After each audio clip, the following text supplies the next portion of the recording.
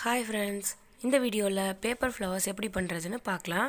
அதுக்கு முன்னாடி நம்ம சேனலில் போஸ்ட் பண்ணுற வீடியோஸை தொடர்ந்து பார்க்க சப்ஸ்கிரைப் பண்ண மறக்காதீங்க. போஸ்ட் பண்ண உடனே வீடியோ பார்க்குறதுக்கு பெல் பட்டனையும் கிளிக் பண்ணிடுங்க. இந்த மாதிரி கிராஃப்ட் பேப்பரில் ஸ்கொயர் ஷேப்பில் கட் பண்ணி எடுத்துக்கோங்க. பெரிய ஃப்ளவராக வேணும்னா பெரிய ஸ்கொயரை கட் பண்ணிக்கோங்க. சின்னதாக வேணும்னா சின்ன ஸ்கொயர் ஷேப்பில் கட் பண்ணி எடுத்துக்கோங்க. இதை வீடியோவில் காட்டுற மாதிரி மடக்கி இதை ஒரு செமி சர்க்கிளாக அரை வட்டமாக கட் பண்ணி எடுத்துக்கோங்க.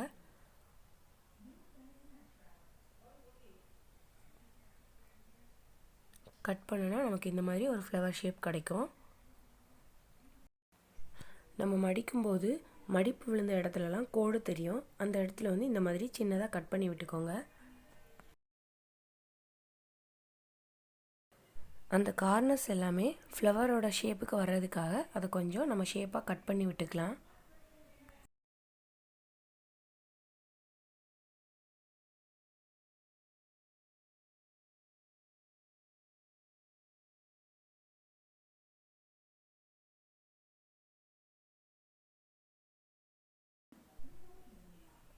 கட் பண்ணி முடித்ததுக்கப்புறமா இதை பென்சில் வச்சு வீடியோவில் காட்டுற மாதிரி ஒவ்வொரு இதிலையும் மடக்கி விட்டுக்கோங்க. அப்போ தான் பூ பார்க்குறதுக்கு இன்னும் அழகாக இருக்கும்.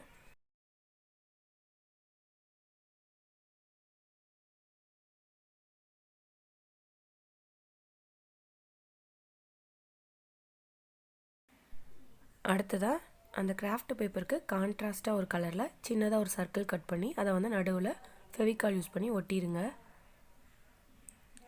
அடுத்ததாக இந்த மாதிரி க்ரீன் கலர் சார்ட் பேப்பரில் ஸ்கொயர் ஷேப்பில் கட் பண்ணி எடுத்திருக்கேன்.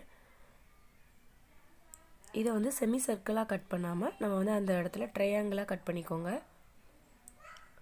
ஆல்ரெடி நம்ம ஃப்ளவருக்கு கட் பண்ண மாதிரியே இதையும் சின்ன சின்னதாக கட் பண்ணி விட்டுட்டு அதுக்கேற்ற மாதிரி அந்த ஷேப்பில் நம்ம கட் பண்ணி எடுத்துக்கலாம். வீடியோ பாருங்கள், உங்களுக்கே புரியும்.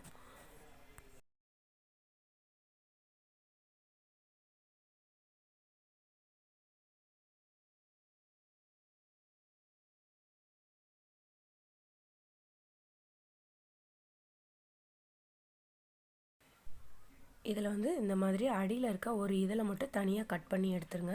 எடுத்துகிட்டு அதை ஜாயின் பண்ணி ஒட்டிடுங்க.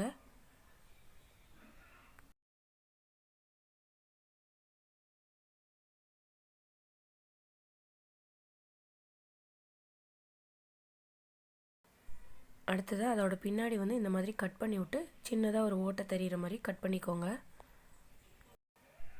அடுத்ததாக இந்த மாதிரி ஒரு கிராஃப்ட் பேப்பரில் க்ரீன் கலரில் இந்த மாதிரி ரோல் பண்ணி அதோட தண்டு பகுதி மாதிரி ரெடி பண்ணிக்கோங்க.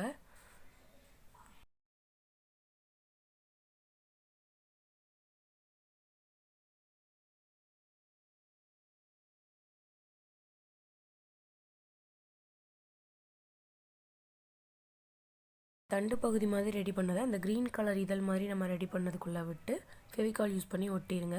அதோட எல்லா இதழ்களோட கார்னர்லேயும் ஃபெவிகால் வச்சு இந்த பூவை எடுத்து அது மேலே ஒட்டிடுங்க.